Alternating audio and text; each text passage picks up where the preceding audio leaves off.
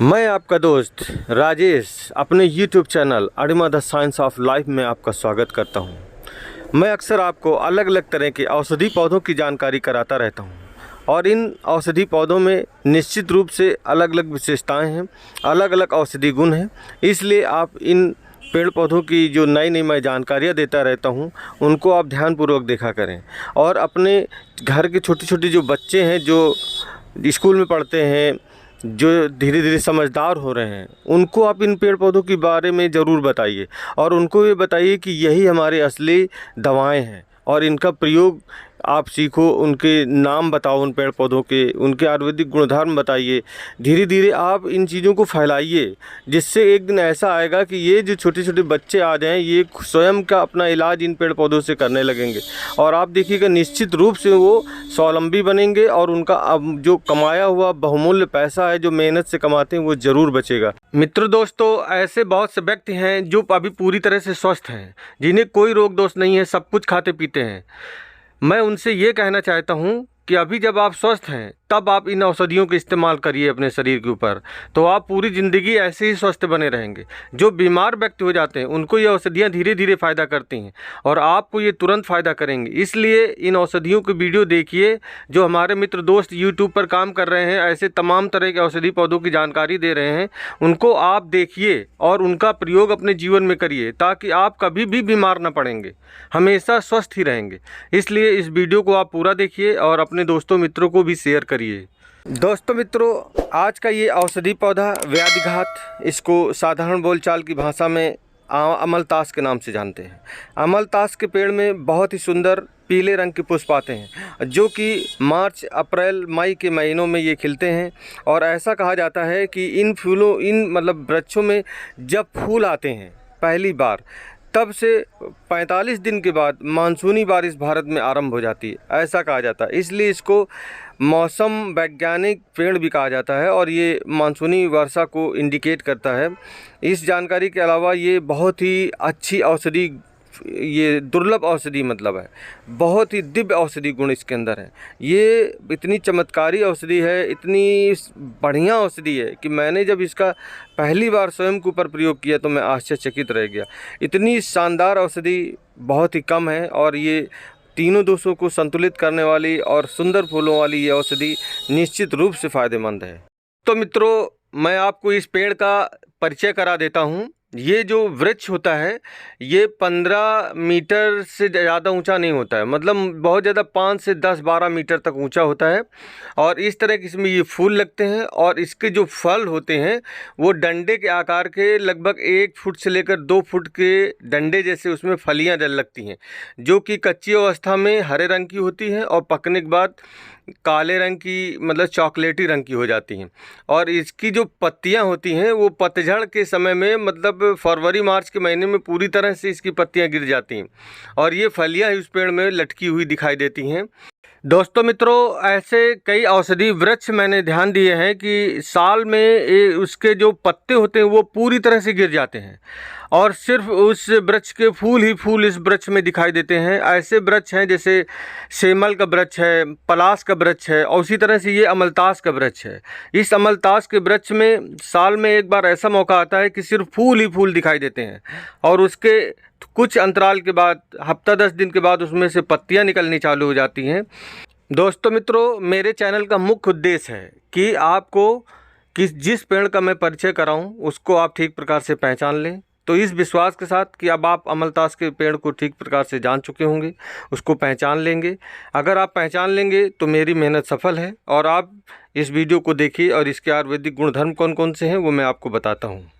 दोस्तों मित्रों, आयुर्वेद के अनुसार अमलतास में कौन कौन से औषधि गुण होते हैं आइए मैं आपको बताता हूँ। ये मधुर और तिक्त स्वभाव का होता है और ठंडी प्रकृति का होता है और ये पचने में भारी है, गुरु स्वभाव का होता है और ये पेट को साफ करने की सबसे उत्तम औषधियों में ये एक मानी जाती है, ऐसा आयुर्वेद में कहा गया है। और ये बिल्कुल निरापद औषधि है। छोटे बच्चे से लेकर कमज़ोर से कमज़ोर व्यक्ति को पेट साफ करने के लिए आप अमलतास के गूदे का प्रयोग कर सकते हैं। इसके पत्तों में रेचक गुण पाए जाते हैं। ये कड़े मल को ढीला करते हैं, मतलब जो पेट में लैट्रिन सूख जाती है तो उसको ये ढीला करके आसानी से बाहर करने में ये मदद करते हैं। कफ को दूर करते हैं, कफ नाशक है मतलब ये। और इसके फूल पित्त को शांत करने वाले होते हैं और कब्ज का भी नाश करते हैं।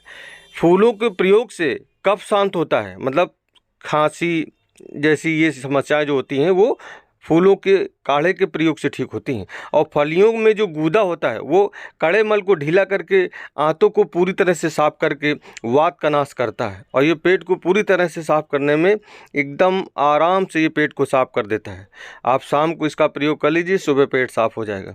दोस्तों मित्रों, यदि मैं अमलतास के औषधि फायदों की बात करें तो ये नेचुरल गर्भ निरोधक का काम करता है। इसके सेवन से गर्भ नहीं ठहरता है।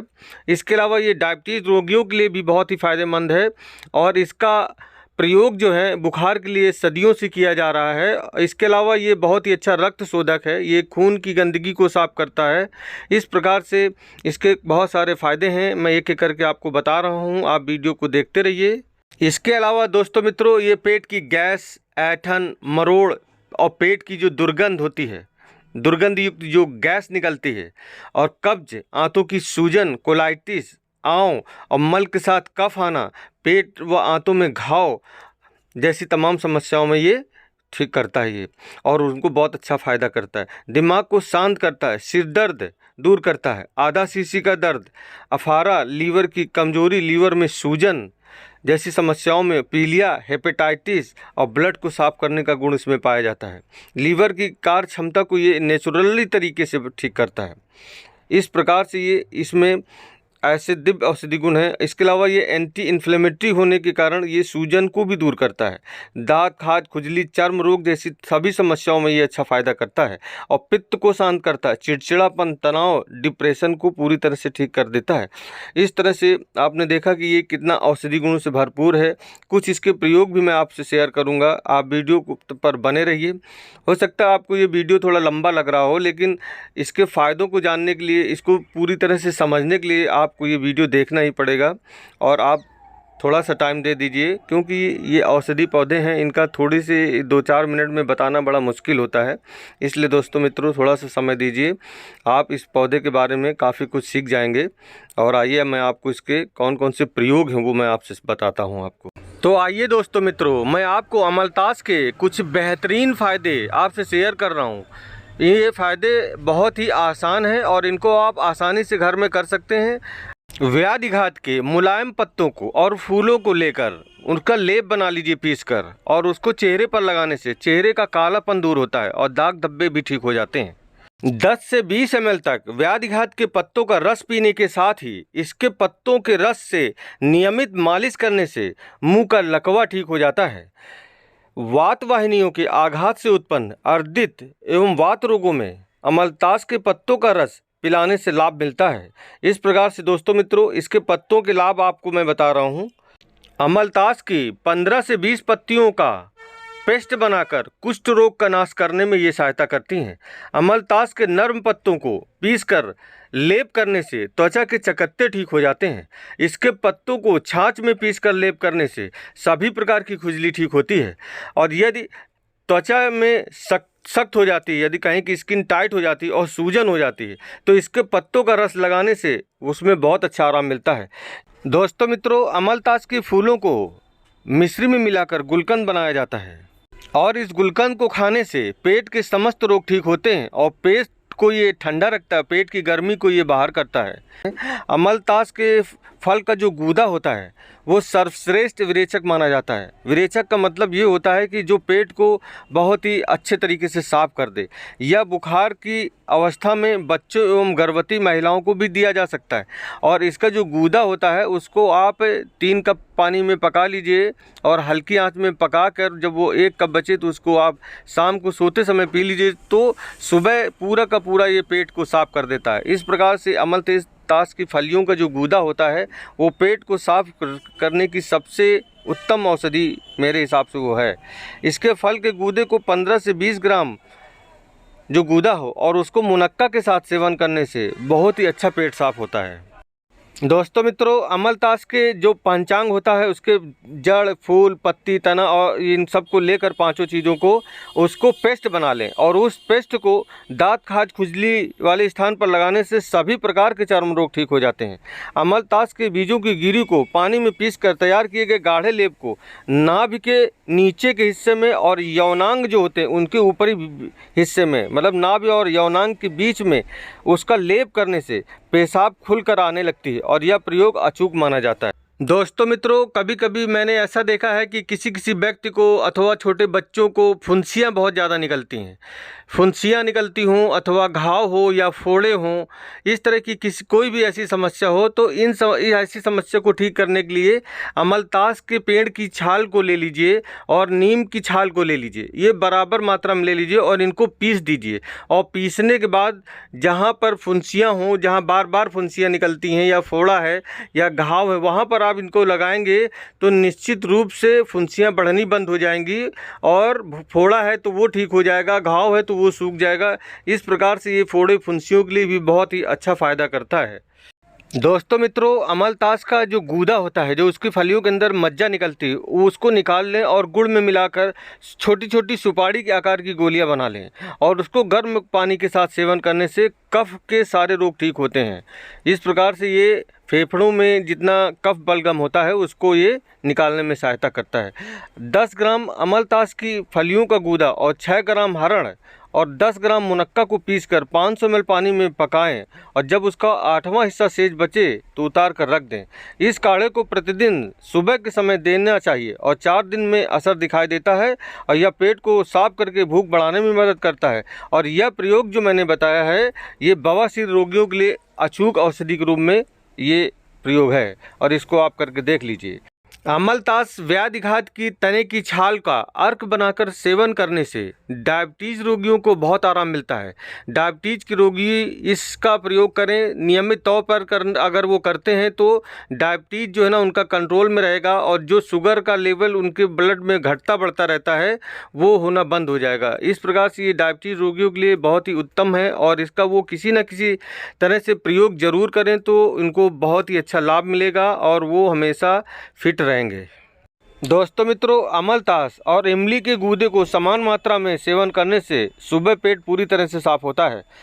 दोस्तों मित्रों, आजकल का खान पान इतना ख़राब है, आजकल इतने गंदे तरीके की बाहर की चीज़ें लोग खाते हैं जिसकी वजह से जो नए नए नौजवान व्यक्ति हैं उनको भी गठिया जैसी समस्याएं होने लगी हैं।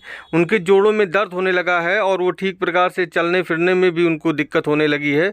ऐसी समस्याओं के लिए आप इन अमलतास के जो पत्ते हैं उनको देसी घी में तल कर रख लें और जब भोजन करें तो उस भोजन के साथ उन पत्तों को भी चबा चबा कर खाते रहें। तो इससे क्या होगा कि आपके गठिया जैसी बीमारी जो है वो धीरे धीरे ठीक हो जाएगी। यदि किसी भी कारण से बुखार आ रहा हो तो अमलतास की जड़ का 10 ग्राम जड़ का काढ़ा बनाकर पीने से, सुबह दोपहर शाम पीने से बुखार जो है वो पूरी तरह से ठीक हो जाता है। तो दोस्तों मित्रों, आप हिम्मत करके इन औषधि पौधों की प्रयोग करना सीखिए, उनको अपने जीवन में प्रयोग करिए तो निश्चित रूप से आप जो है इन पेड़ पौधों का प्रयोग करना सीख जाएंगे। वीडियो अच्छा लगा हो तो वीडियो को लाइक कर दीजिए और चैनल को सब्सक्राइब कर लीजिए।